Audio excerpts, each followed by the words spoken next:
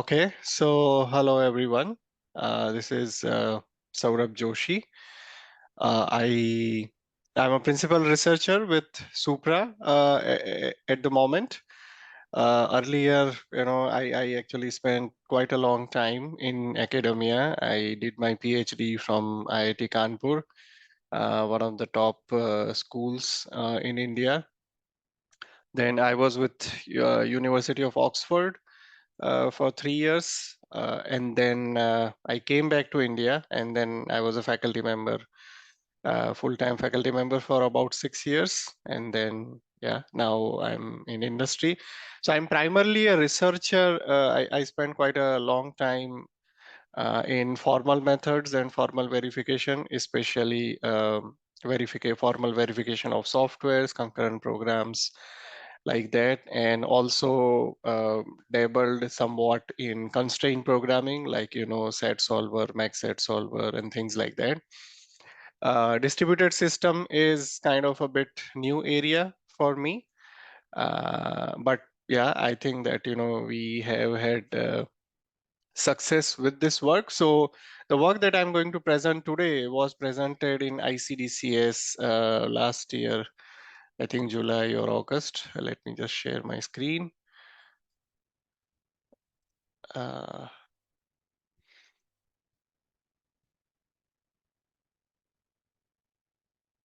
uh, okay, I think the wrong screen has been shared. Just a moment.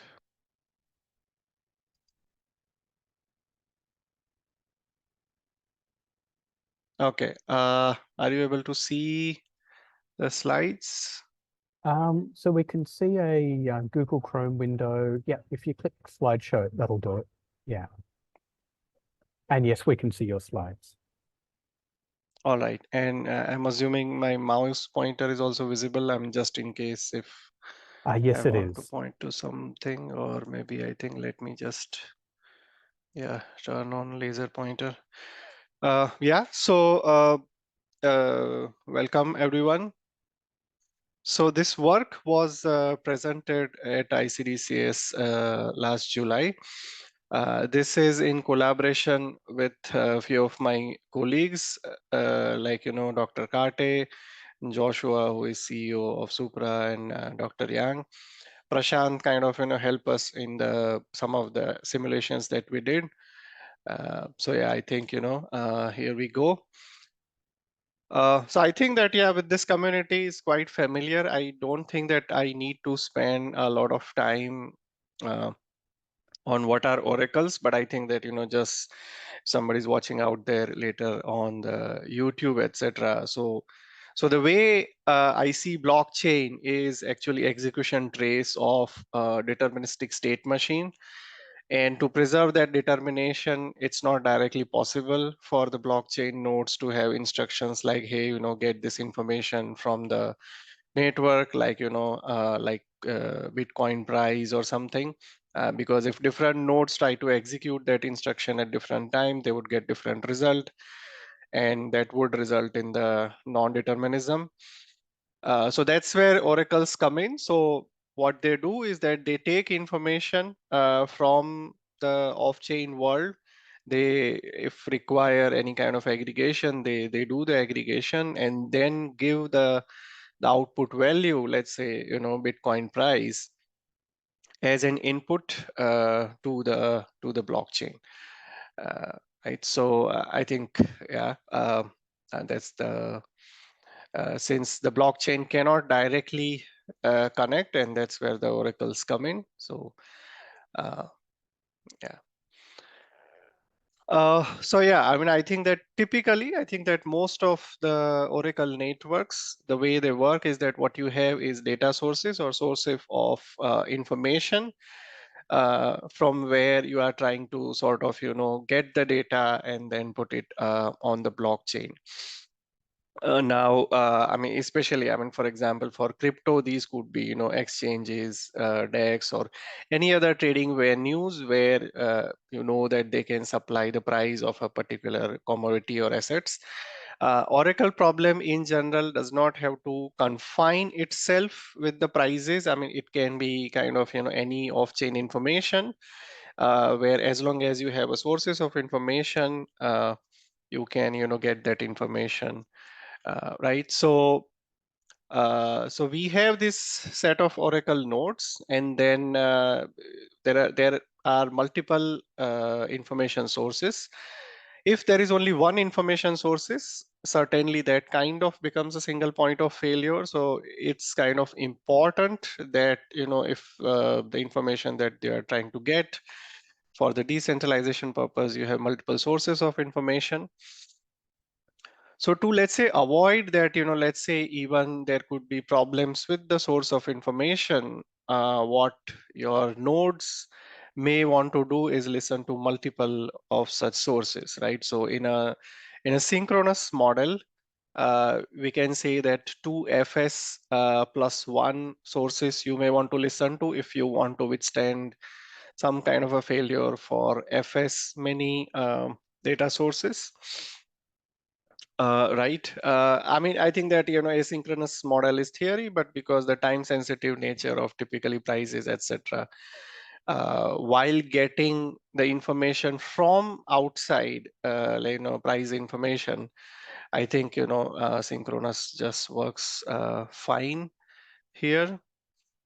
So this is a very high level, I would present my understanding about Chainlink OCR. So you have network of nodes. One of the nodes is designated as a leader. And now you know that if you have two F plus one values, here F is the sort of number of corrupt values or Byzantine values that the protocol can tolerate, maximum such values can tolerate. So if you have two F plus one values, and if you compute median, what you can guarantee is that the median is going to lie within this interval, Hmin and Hmax. Now, so Hmin is essentially the minimum value given by an honest node, and Hmax is the maximum value given by an honest node. So you don't know who is honest, who is dishonest, but what is guaranteed is that the median is going to lie within this interval. Because median is one of the most robust statistical aggregator out there. It can withstand data corruption almost up to, as long as it is strictly less than 50%, that much corruption median can withstand. And then you require additional F nodes to preserve liveness. So that's why, total of 3F plus 1 nodes are required. And this was there in Chainlink OCR white paper that they had in 2021. So how is DORA a bit different? This is the paper that we published last year. So we say that, let's say that we have access to SMR. And if we have access to SMR as an ordering primitive, then for providing Oracle service, we can get the requirement down to 2F plus 1 nodes, where again F is the maximum number of node corruption that the protocol can withstand. So that means that your requirement goes from super majority to simple majority. And yeah, I mean, there is this thing that under normal circumstances, right? So what are normal circumstances? So typically what happens is, under normal market condition, the honest nodes, Byzantine nodes can do whatever they want, but we know that the honest nodes are going to report values in close proximity. So typically, when there are multiple trading venues, those trading venues, if the market is not disconnected, it's going to sort of naturally happen that the prices would be very close together, because whenever there is a sort of, even a little bit difference, people are going to, try taking advantage of the arbitrage that is there, and thus reducing the gap between these values. So that is the assumption that, under normal market condition, this is what happens, and this is what we plan to leverage. So yeah, like the organization, the way it works is that we call the network of nodes as tribe, which has three FT plus one nodes. So FT is essentially the how much failure the tribe can withstand. And now, since we know that we have this network of node, and you can actually sample two FT plus one nodes, you can call that a clan if you want deterministic safety, since you know that you have a protocol that can work with simple majority. You can either also go for probabilistic safety, in which case two FC plus one nodes you can randomly sample out of the tribe. Here FC is some number less than FT. And one can see that probabilistic safety is not a new idea in this community. So this is just some result that on the x-axis, what you have is the size of your tribe. On the y-axis, this is a semi-log plot. The y-axis, what you have is a clan failure probability, as in, so let's say that this is the size of your tribe, and you want to draw randomly draw five mutually exclusive clans.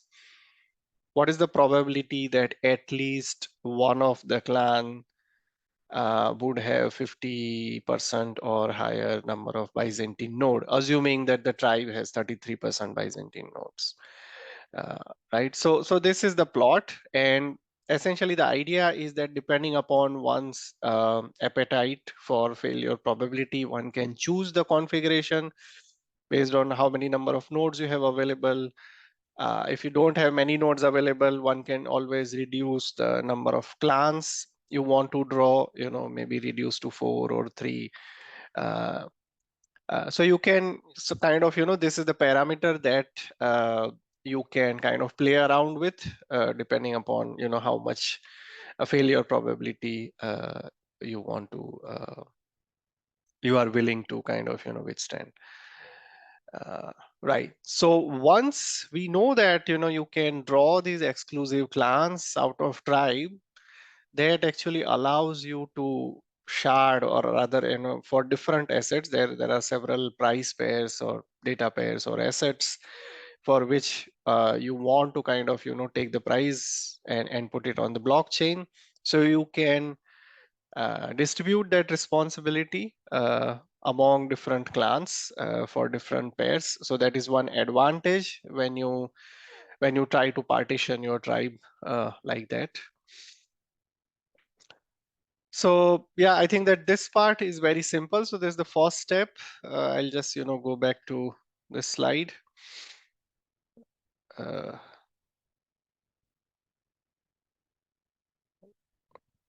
yeah, I think this is very slow. Yeah. So every node is listening to, let's say, 2f plus 1 data sources, right? And now what you do is that, whatever the value that you have, you can compute median out of it. Now, certainly, I mean, I'm not going to talk about weighted median depending upon the reliability of the information sources, etc. But as a general, you can compute median, weighted median, depend if you have given weights to exchanges. So yeah, I mean, this is pretty straightforward. So now the information is with the node from your exchanges or trading venue or whatever the information sources that you have. The information is with you. You have computed a median. All right. So now every node has a value to contribute, and now what they do is that there are these set of aggregator nodes. We have multiple aggregators. So this is the design that we proposed last year. So in this design, essentially we have multiple aggregators node. Essentially, the idea is that, let's say if the aggregator is Byzantine, you again don't want to pick an aggregator, etc. So what you can do is that you can sample the set of aggregator nodes in a fashion so as to ensure that with very high probability you have at least one honest aggregator. So essentially you can sample f plus one nodes out of the tribe, right? I mean, if you do at a tribe level like ft plus one, that's a deterministic, you know that there is at least going to be one honest node. If you want to go in the probabilistic world, you can have, some f which is less than that, but to ensure that, there is very high probability. So I mean, for example, we know that if tribe has 33% corruption, then I think in about 18 or so nodes, if you pick, what's going to happen is that your failure probability is going to be less than 1 in a billion or something, I guess, yeah. So again, I'm depending upon the appetite of failure probability, the size of this family of aggregator nodes can be chosen. So each such value goes to all of the aggregators, and the aggregator is responsible for aggregating the values and proceeding further. Okay, so now before understanding what the aggregator does, we are kind of defining this notion of agreement. So we say that two values agree with each other if they are within the agreement distance. So this agreement distance is a parameter for the protocol. So let's say that, as an example, let's say you have set agreement distance to 4, and let's say the cluster size is 7. So I'll talk about what is the cluster size. So what you want to do is that your total clan size is 2fc plus 1. You want to form a cluster of size fc plus 1 within the agreement distance. So that means that there are fc plus 1 nodes that have reported value that are only agreement distance away from each other. So like difference between these two and these two. I mean, these are sorted for a reason because it's easy to see that if the difference between max and min is less or equals 4, then everything in between. So we say that these set of nodes form a coherent cluster, right? So here the idea is that what we want is that in the end result, the output should not stray too much away from an honest value. So that is the underlying intuition. And what you do here with agreement distance is you can imagine that with fc plus 1 values, you are guaranteed that there is at least one honest value in there. And now that kind of, you can imagine that acts as a center, and then you have a kind of, agreement distance is d, so d radius around it. And within that thing, whatever falls, that is. So what you want, so what the aggregator does is that it has to wait for this cluster to be formed, for the coherent cluster to form. So it is not that, okay, I'll get first f plus 1 fastest f plus 1 values. It is those f plus 1 values which are forming a cluster. Now, these coherent cluster need not be unique. There could be different clusters. But that's okay because we are guaranteed that doesn't matter which cluster it is still holding on to the fundamental principle that the all the nodes are within the cluster, within the agreement distance, and that means that whatever the final that value that we are going to produce is not going to stray too much away from an honest value. Right, so there is no uniqueness property within the cluster, but that's okay, that's still safe. So here is an example that, where if I take size 7 over here, then they do not form a cluster because my agreement distance is 4 over here. And I'll talk about that what happens when you fail to form a cluster, right? Okay, so now aggregator waits for this cluster to form of size fc plus 1. And let's say that the cluster has formed. Now, because you have formed a cluster and you know that there is at least one honest value inside it and all the other values are very close to it, you can actually compute arithmetic mean out of it. And now that mean is guaranteed to be within this open interval h mean minus d, h max plus d, where d is the agreement distance. Once that mean is computed, now along with all the values that the nodes originally sent and this mean value, the aggregator prepares a proposal. It sends the proposal back to the clan nodes for validation that you please check that whether the original value sent by the nodes were from the legitimate clan nodes, the aggregator has done its computation correctly, etc. And if everything checks out, then the clan nodes send their votes back to all the aggregators. And you require FC plus one nodes to vote at least, so that you know that there is at least one honest vote in there. And now what you have is you have multiple aggregators, and that means that potentially there could be multiple clusters. All of them are within the bounds that we have established. And now what they do is that they can race to post it on SMR, right? And we say that the authoritative value, the final value, is the first value that appears on SMR. So the second posting, etc., would be ignored. So let's say you can have a smart contract which is just going to accept the first value, and the second value, third value can be ignored, right? So that so because of this ordering property, we know that which is the first value, second value, that is uh,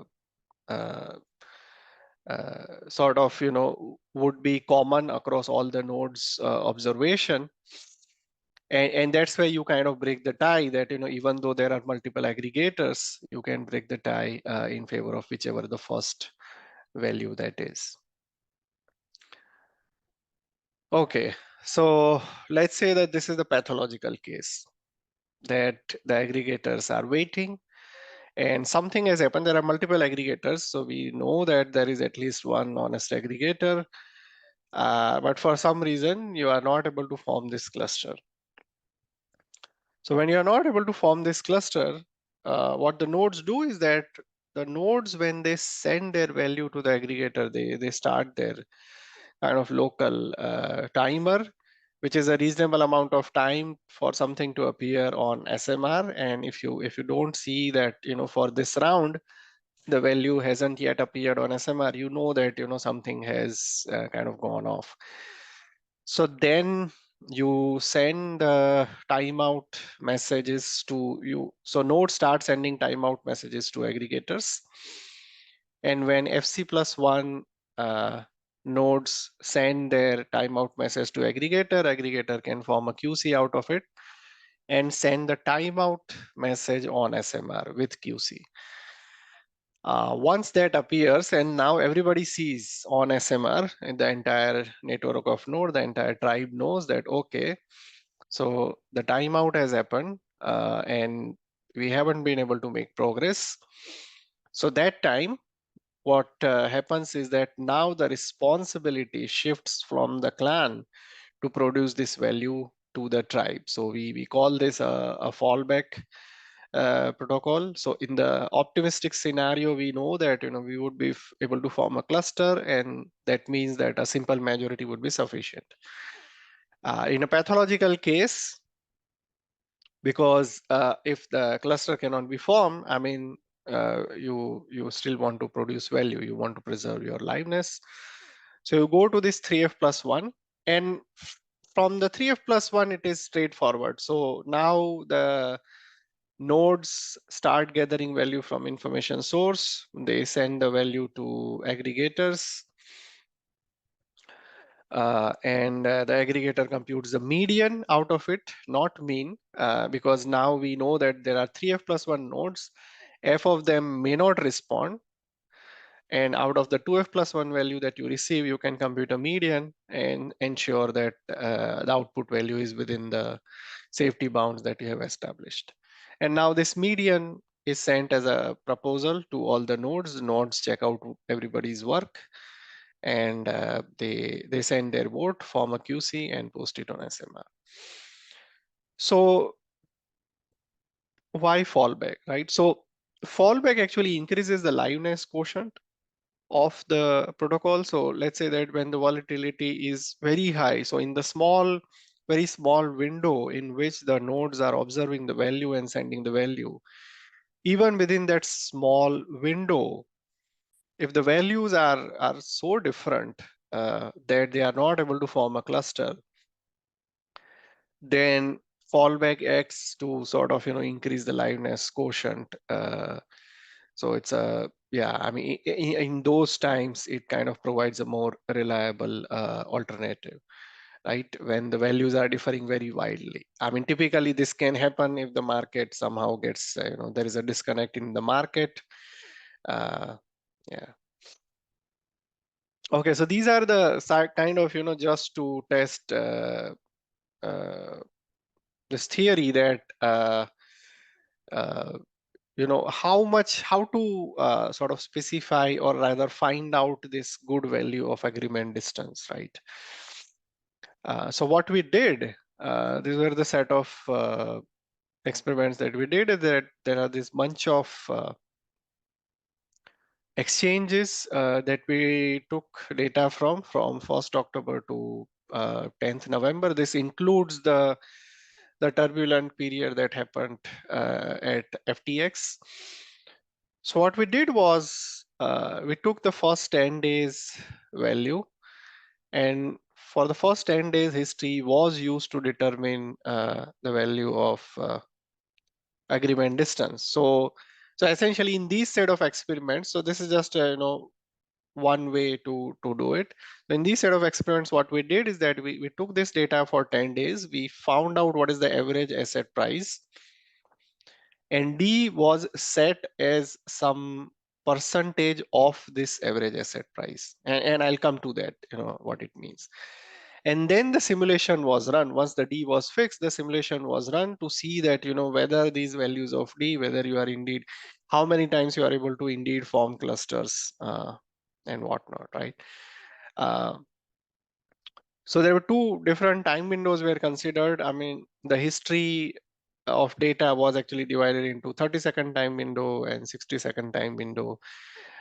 Yeah, back then, I mean, we did it with this, but certainly I think this is too large. But yeah, this was, what was done back then.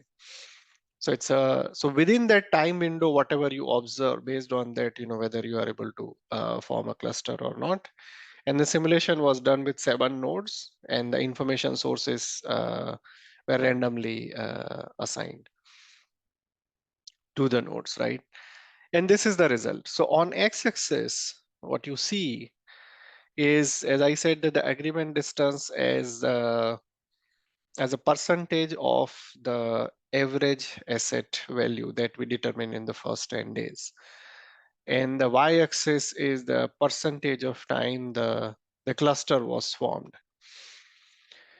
Now, typically what one would expect to happen. So first of all, I think the shape is easy to see that as you increase the agreement distance, the percentage of time the cluster gets formed increases very much, right? So I think that, at about zero point 0.2, you are already at, let's say, 98% formation kind of a thing. So 0.2 percentage of the average asset value, if that is your agreement distance, you are already at that level, right? So this shape, as we can confirm that as you increase agreement distance, your formation for cluster increases.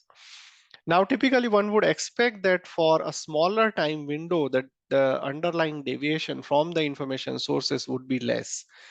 And that means that this blue curve ideally should come above this red curve.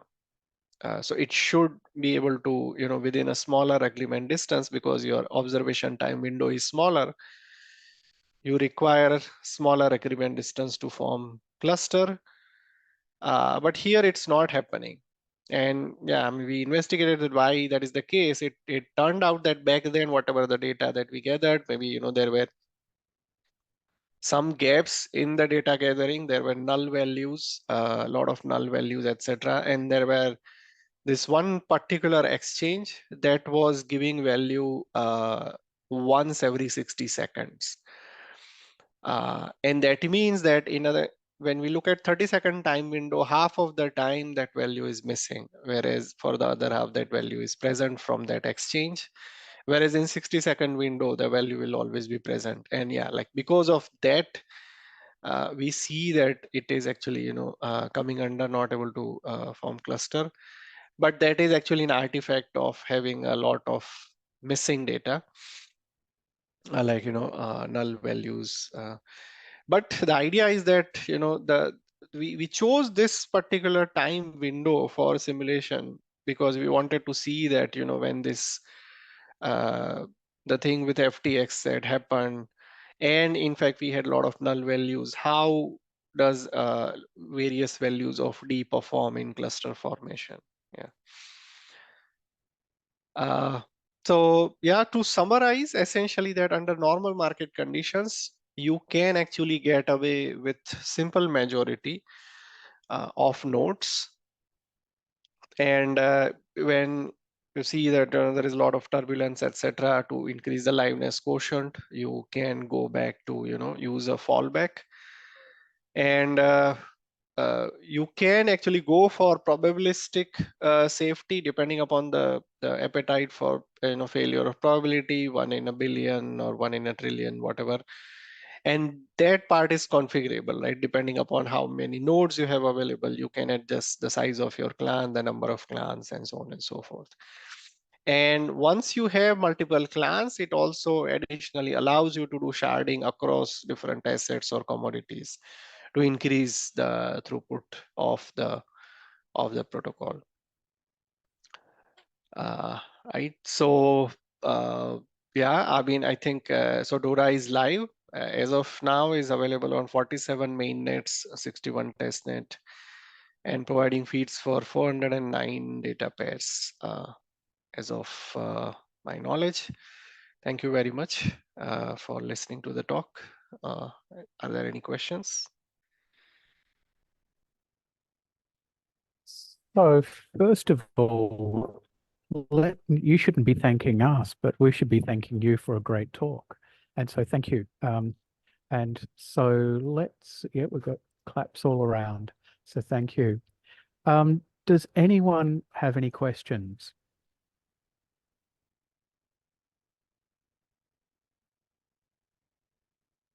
So yes, maybe I have one question. So what are the use cases? So you say it's for pairs, data pairs at the moment. Are there any other use cases? Pardon, come again? You mentioned that it's live and it's providing feeds for data pairs at the moment, right? Yeah, The so DORA, yeah. So are there any other use cases of this technique? so you are asked, so these data pairs are essentially the crypto prices, like, ETH to Yeah, USDT, yeah, yeah. On BTC to exchanges, on USDT, etc. decentralized exchanges, yeah, yeah. Right, right.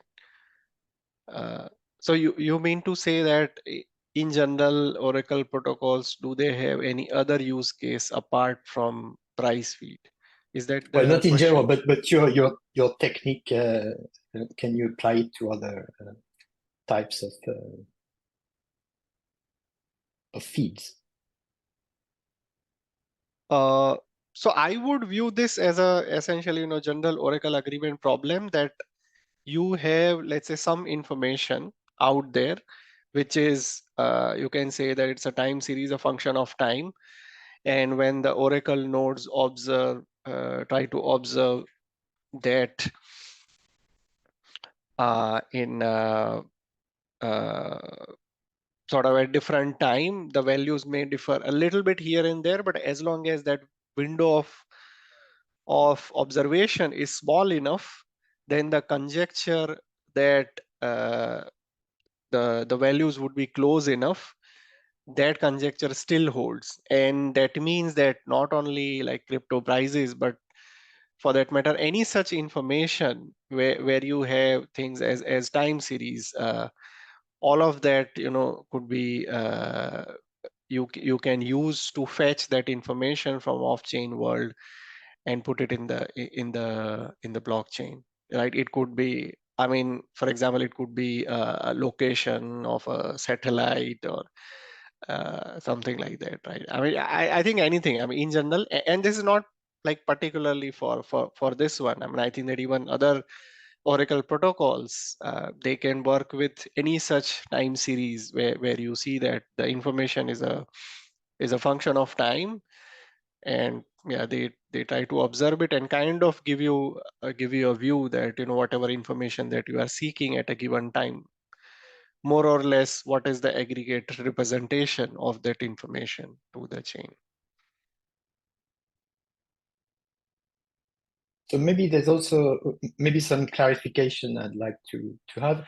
So the Oracle, they give you somehow sort of an aggregate view of the most recent information they could collect, right? But can they also predict and extrapolate? Okay, so that's a very good question. So I mean, technically, like, let's think about, let's say that you have only one node, right? And again, you have a function such a time series and you want to predict and extrapolate. Can one node do it? I mean, are there techniques available for extrapolation? Yes, like there are various techniques available for extrapolation. If you want to do it in decentralized fashion now, then it means that essentially all the nodes are trying to do the extrapolation. And maybe some of the nodes kind of may not be behaving or maybe behaving mischievously here, but as long as even for that extrapolated value you have a kind of a robust aggregation that you can define on that information. So here, for example, it is median, but that robust aggregation could mean sort of different thing for different domains. But as long as I think that you can define such a thing, I believe that this idea of sort of the federated learning kind of somewhat connects to this, because there are sort of multiple parties, they contribute their learning, and essentially that is about extrapolating what the information that you have, and some of them may not be accurate or maybe trying to do mischievous, but you still want to be able to predict or to so I think that your question relates to the idea of this federated learning. And yeah, I mean, I think yeah, why not? I think that can be done in a decentralized fashion.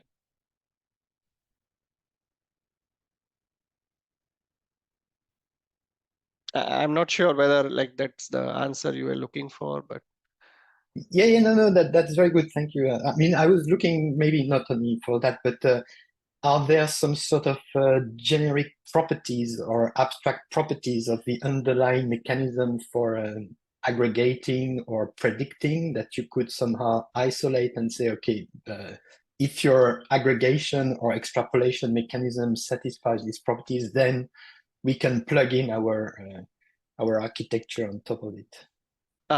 Okay, I see. So as I said, right? I mean, so for example, the thing that we saw in the talk, they are about scalar values, right? I mean, it's a single value, and you are defining this bound.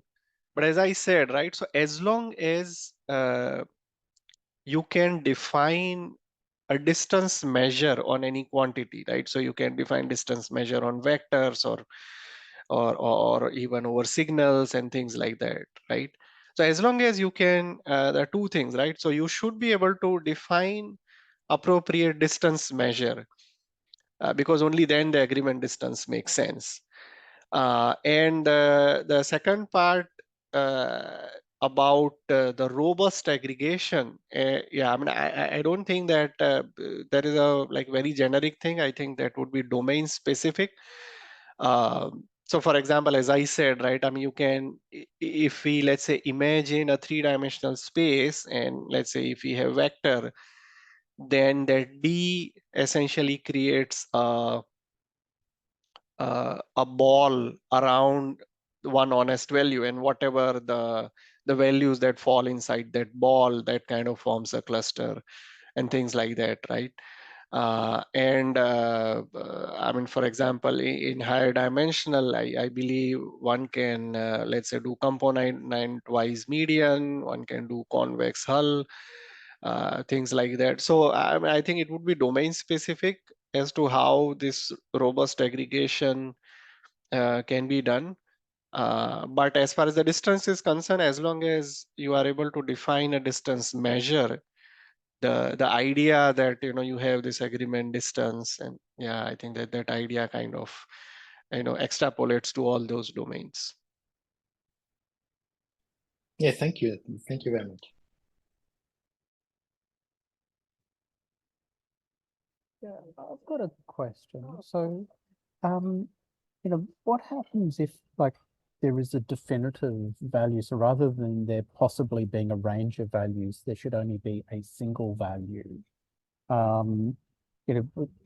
Wouldn't this protocol sort of fuzzy the value, as it were? So maybe allow for the true value not to be known, because maybe some of or will the idea be that there'll be at least an honest number of nodes that will have the precise value, so hence the precise one will win? So I'm not sure I understood the question. Could you please repeat? Yeah, so what I'm thinking about is, say if you had a system where maybe there was a precise number, which was the actual real result, and malicious nodes then say proposed a number that's not quite the real one. Would this protocol end up, coming up with an averaged value kind of that is not quite the real value, or will just by the fact that you've got the honest majority, will that help fix it?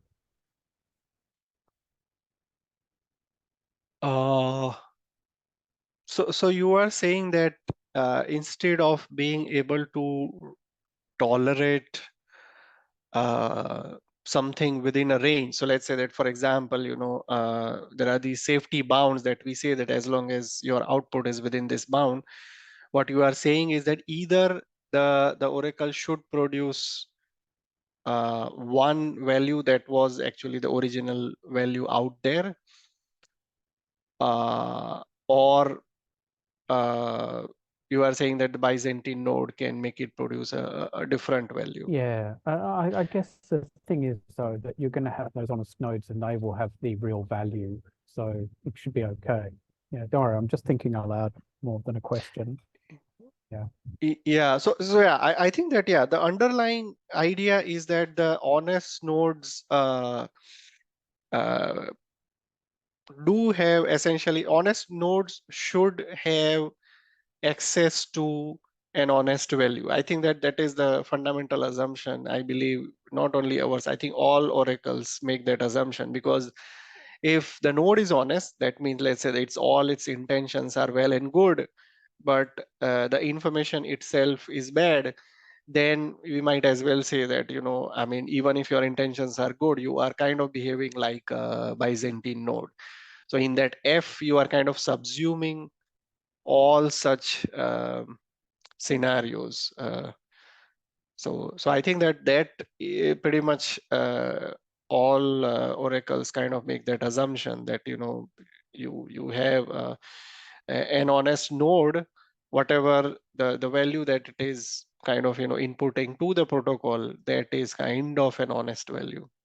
I mean, that itself might be an aggregate. So for example, you are looking at multiple information sources, and then we have to define that, okay, what is the true value? What is the true information? There are so many, let's say that there are so many different prices I see at different exchange, right? So that golden value or golden reference, one can imagine that at a snapshot, when you freeze everything in time, you take a snapshot and you can say that you can do a volume weighted average at that moment of all the exchange, and let's you say that that is the golden reference, like the golden value or the benchmark value. The thing is that it is impossible. I think it's a mathematical impossibility that in presence of Byzantine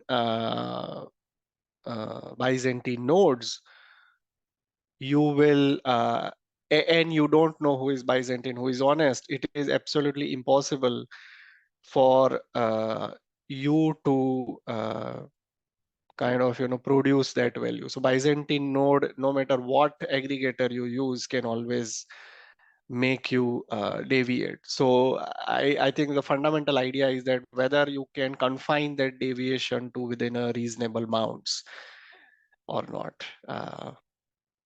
So yeah. Thank you. Yeah. Are there any other questions?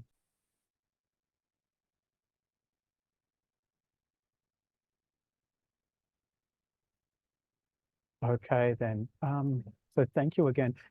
Did you integrate those last slides into your slides? You might not have, I'm not sure. Which one? I probably forgot to ask you, but don't worry. All right. Look, so for those watching the video, there's a whole lot of talks coming up. Please just have a look on meetup.com, and there are like about a dozen talks once every 2 weeks or so. Yep, the Slack invite link. Just have a look at one of the other videos. I'll put that up. Look, so Saurabh, thank you for your talk today. It's been very insightful, and I think that yeah, we've learned a lot. So thank you for your time. Yeah, thank you very much. Thanks for listening. Thank Okay. you. Right. Have a great day, everyone. Talk to you Thank later. you. Bye-bye. Take care. Bye-bye. Bye.